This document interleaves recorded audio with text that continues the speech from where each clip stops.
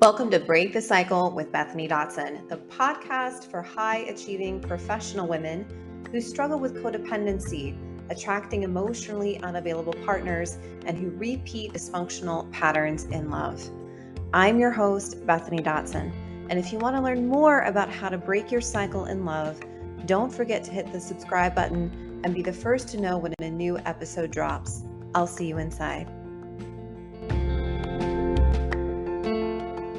I'm super honored to be here today to share this with you. I'm going to be breaking down the top 4 mistakes that keep people stuck. And there are usually multiple mistakes that keep people stuck after they leave a dysfunctional relationship after narcissistic abuse. I am going to be covering the top 4 that I have seen over the years that I see people repeatedly falling into. It's predictable. So, without further ado, let's just dive right in. So, mistake number 1 that you might be making is that you are living in the blame game. You're living in the blame game. So, this could be the obvious blaming your ex, how many times he cheated, how many times he's called you or texted you and broke contact, how many times he yelled at you, put you down, all of this kind of stuff.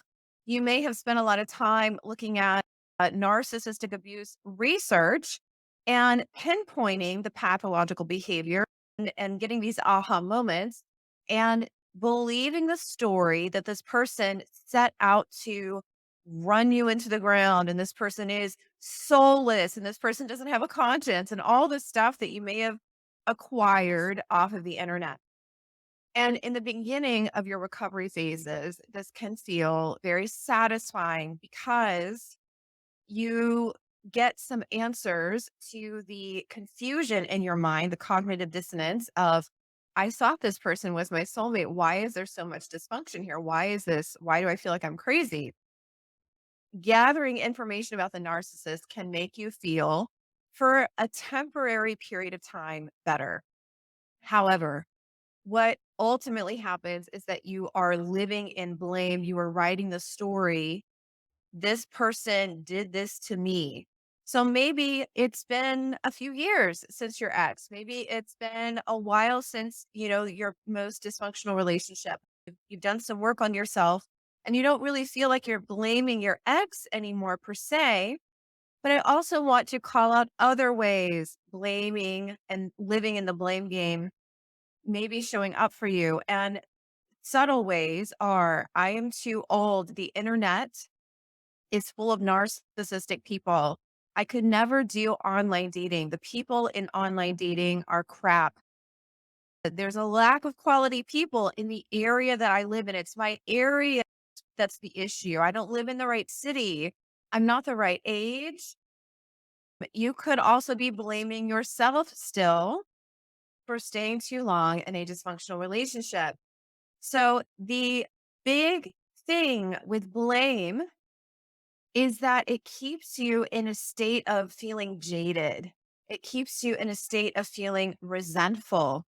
When you have resentment, if you've ever studied codependency or even love addiction, codependency and love addiction, the core emotion that links both of those things together is resentment. And when you feel resentful, you're incapable of truly emotionally connecting to someone.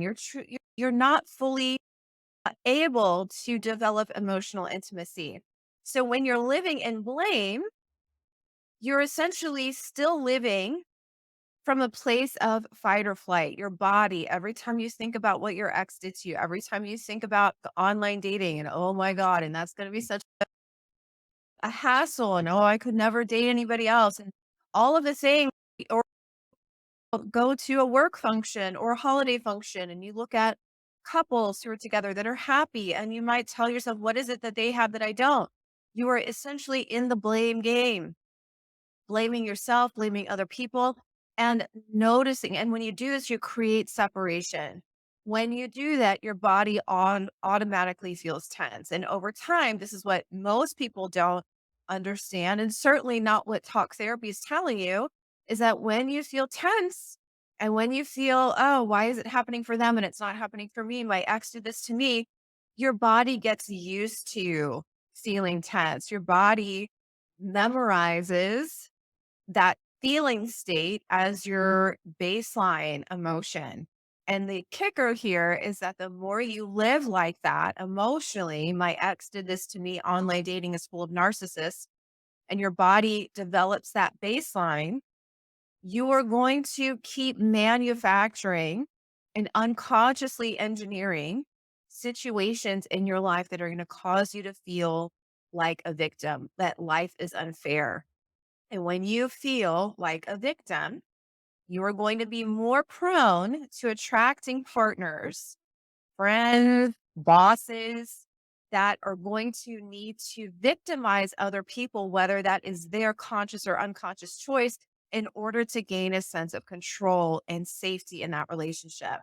So, if you want to get massively unstuck, you need to be very honest with yourself about where you're still living in the blame game, where you are still shirking, avoiding responsibility for your scenario in life, for your choices in your love life. And this does not make the abuse or whatever your ex did to you or partners that came before did to you right in any way. It just means that you need to step out of the blame game because it's going to continue keeping you stuck. Mistake number three that I want to call out is self judgment. This is huge.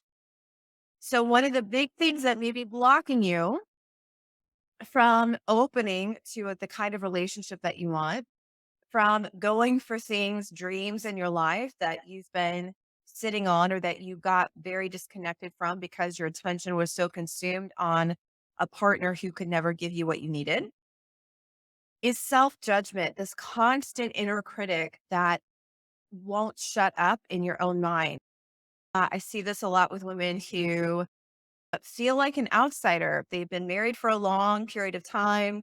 All their friends are still married. Their social circles, most of the people there are coupled or married. I see this with women who haven't dated in a long time. It's been years since they've had any kind of intimate relationship. Maybe they got divorced and then 10 years went by. They constantly beat themselves up on a regular basis. And it might not be a full on beratement, but constantly feeling like something is wrong with them and reacting to situations in their environment and judging themselves. And the other way that this tends to show up for people, especially you, if you find that you're really self judgment, you're really hard on yourself, is that you're going to be very judgmental toward other people. You are going to fear people judging you. You're going to fear that if you're vulnerable, people are going to think you're messy or you're not right or something's wrong with you. And because of that, you're going to be more prone to judging other people by looking, for example, at couples and going, "Oh, what is it that they have that I don't? Oh, well, they must have had a better childhood than I have, or maybe they're just lucky or whatever." You're going to start to create that separation. And that separation is what keeps you stuck. Most people who have dysfunctional patterns in love have very conscious desire to seek that connection. They want to feel connected with other people, this conscious desire. But back here in their unconscious mind, they are terrified of emotional intimacy. And because they're living in that internal conflict, they continuously attract more conflict, more dysfunction. We're going to talk about overcoming that in a minute. So, mistake number two is continuing to live in a place of self judgment, beating yourself up for not being over it already, beating yourself up for how much time you spent. Why didn't I leave sooner? Oh my gosh, what's wrong with me? All of this story and internal chatter will continue to keep you stuck. It will continue to create separation in your life. And you can't truly build self trust until you start connecting with other people and letting the walls down. You can't develop trust. I talk to a lot of women who feel like A, they cannot trust themselves, and B, they can't trust other people. And they've spent many years alone, isolating themselves or creating this wall of separation because they're afraid of more pain. And the only way you're going to be able to overcome a long held pattern of fear, codependency, abandonment issues, your own trust issues is to put yourself back in relationship settings, start managing your triggers, emotionally regulating, and then making empowering choices in the moment. We'll talk about that later. Mistake number three that I see people doing, and this is really common, is replacing the addiction to their ex with another addiction. So I commonly see this with women who have repeatedly been, especially in narcissist relationships with addicts, ultimately men who are emotionally unavailable. They get out of that relationship, and because they spent so much time making that person the focal point of her life, she suddenly feels completely lost. It's like a kite that's just untethered. Like there's no anchor in her life. So she then turns her focus into being a workaholic, into being codependent with her kids, feeling enmeshed with her kids, into sometimes drinking, into taking pills, Xanax, things to take the edge off. Shopping is another big one, turning to spending frivolously in order to make the uncomfortable feelings go away.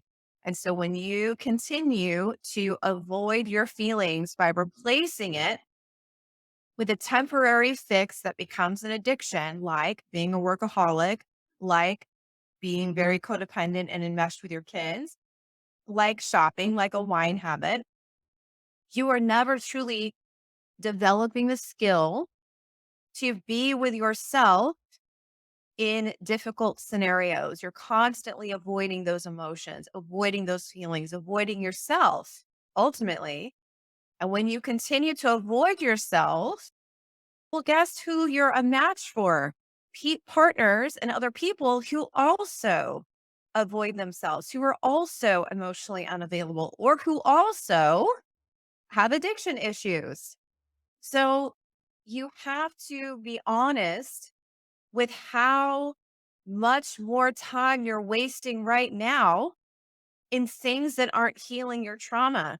I talk to a lot of women that they feel like they have no enjoyment in their life. They've been out of the relationship for years, but they just go to work and come home and they're working 80-hour work weeks, or they hang out with friends that are constantly complaining about men and dating and just kind of dragging them down, or they tend to spend, their kids go off on the weekends with their father. She has the weekend to herself. She feels lonely. She feels uncomfortable. Oh, let me go open a bottle of wine. Oh, let me go charge up $1,500 on my credit card. So the more you continue to do that, you are ultimately not healing the root cause. You're just putting a band-aid over it when you really need open heart surgery. So avoiding your feelings, replacing one addiction, the addiction to your ex, with another addiction is the third common mistake that I see women falling into that keep them stuck, unfortunately. And unfortunately, for many months and years, longer than necessary. The other, probably the most fundamental mistake, and this is probably the biggest mistake of them all, more than the first three, and this is ultimately why you have not had a great relationship, is the belief that it's just not possible for you. The subconscious belief that it's just not possible. You might feel that right now after 10, 20, 30, 40 years of never having a healthy relationship. But the reality is that you've been believing that since the beginning. And this is why you've been believing this subconsciously. You're probably not fully aware of it, but this is why you've continued to attract dysfunctional partners who can't give you what you need because you fundamentally don't fully believe that it's possible for you. And if you don't fully believe that something is possible for you, or you have subconscious beliefs, usually caused by early childhood experiences or trauma, that you're unlovable, that you're unworthy, that you're defective, that something's wrong with you, that great love, unconditional love is not possible for you. And that's what you have programmed in your environment. You are going to continue to repeat that pattern on autopilot. Doesn't matter how much time off you take from dating, doesn't matter what career you get into next. I've talked to women who not only have dysfunction in their love lives, they tend to get into dysfunctional work environments as well. And then they leave that career and they go to another career. Well, gosh, it's the same thing. I thought this career was going to be better. I have a narcissistic boss that was even worse than the one before. It's because she hasn't fully healed A, her trauma, and B, the subconscious beliefs that are causing her to manufacture those situations. So, just to quickly recap, if you feel like you've been stuck for a long time, maybe you just exited a long term marriage, maybe it's been many years since you've exited a dysfunctional relationship, and you still don't feel like you are fully living and thriving, and you are miles and miles away from a healthy relationship because you don't trust yourself, you don't trust other people. You've written all kinds of stories that it's not possible for you. The mistakes that you're making are number one, you're living in the blame game. You're blaming your ex, possibly. You're blaming yourself, or you're blaming the environment that I live in the wrong city. Online dating sucks. I'm too old, I weigh too much, and my job is too busy. You're blaming outside circumstances for your position in life, and you will never, forever get where you want to go if you continue to live in the blame game because you're essentially siphoning off your power. You're just continuing to drain yourself. And when you continue to do that and you lived in blame for many years with your ex, that becomes your automatic habit. So you've got to step out of the blame game. The second thing that you're doing is where are my notes? You're living in self judgment. You're beating yourself up all the time. You're comparing yourself to other people. You're writing the story that it can't happen for you. The third mistake that you're probably making is that you're being addicted to other things, coping strategies to help you numb out and disconnect from your feelings. You're not fully healing your trauma properly using evidence based strategies. You're just coping with it. People become drug addicts because it's filling a hole that they haven't filled themselves. It's filling a gap.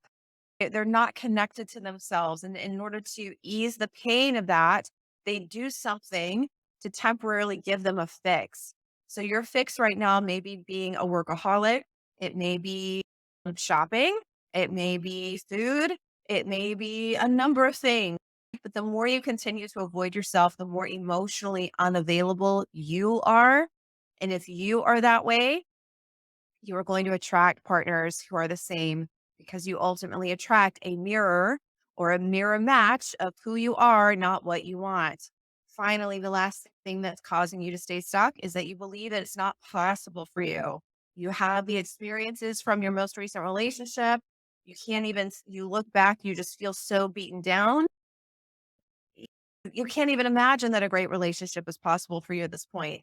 The reality is, on a subconscious level, you have probably been thinking that for many years. And until you properly overcome that belief, learn to be okay facing your feelings in a safe, effective way, and then learn to make empowering choices in relationships that promote intimacy, vulnerability, deal with the feelings of abandonment and rejection as they come up in a healthy way, you are going to continue to create more dysfunction in your life. And this does not get better on its own. It does not get better with years of talk therapy. In fact, I see more often than not, like 80% plus of the time, women that I talk to and work with have spent many years in talk therapy and they attract a dysfunctional partner that is the worst of them all.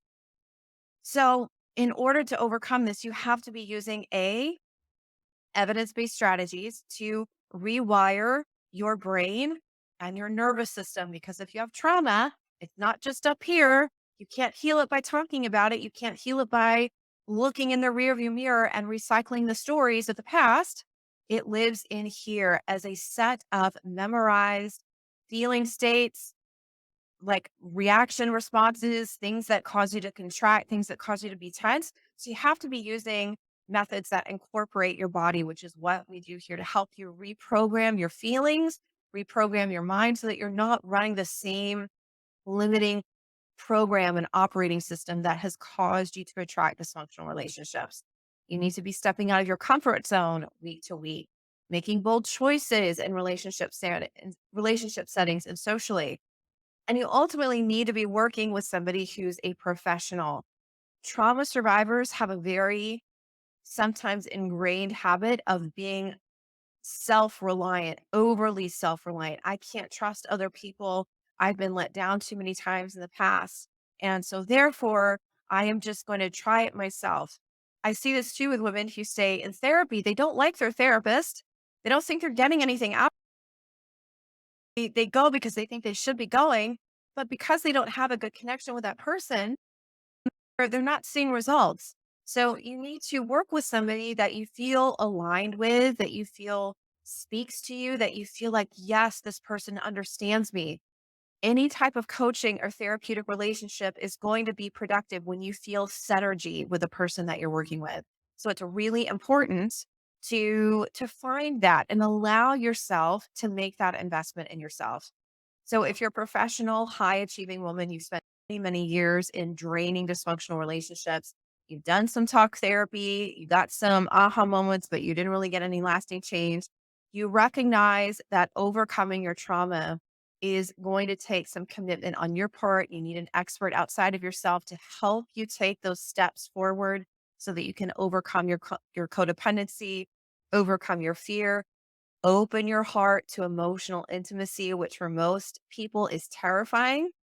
Then book a call, go to bethanydotson.com/talk, and we'll have a very honest conversation to see if we can help you. In order to book a call, we ask that you meet a couple of qualifications. So the first is that you're done with your ex. You do not want to go back to your ex. Your heart may still be pulling you in that direction, but your mind is already made up and you're like, absolutely not. I know that's an addiction. I am ready to stop. Okay. So you're single, divorced, you might be recently out of something, but you need to be it done.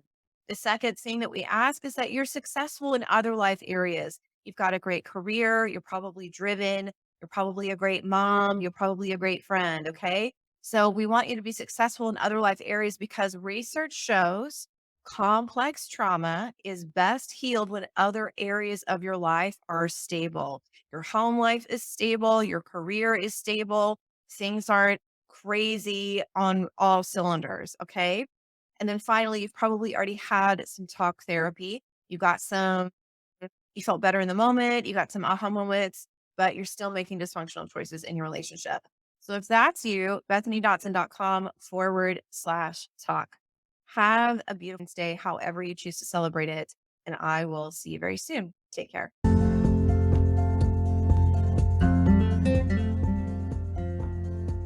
Thank you for tuning in to today's show. A brand new episode drops each week. Be sure to click and subscribe.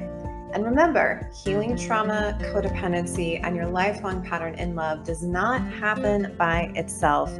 You need expert guidance and evidence-based methods. And I've helped hundreds of incredible women from all over the country heal betrayal trauma and reclaim their confidence while falling wildly in love with their own lives and attracting healthy relationships. If you like what you heard today and you want to see if you're fit to work with us, go to bethanydotson.com/talk. That's bethanydotson.com/talk and book a call to speak with us today. We'll get on the phone for about 45 minutes and get you crystal clear on 3 things. The real reason you keep attracting dysfunctional relationships, even if you know better or even if you've done tons of work on yourself. What you really want in a relationship, how you want to feel emotionally every single day in your life, and what lifestyle changes you want to make. And then number 3, the exact strategy you need to be using to get there. Again, healing trust issues, codependency, and a lifelong pattern does not happen without expert guidance. We've helped hundreds of women across the country heal complex trauma, codependency, and have the healthiest relationships ever, both with themselves and with others. Go to bethanydotson.com/talk to book your call today. I'll see you on the next episode.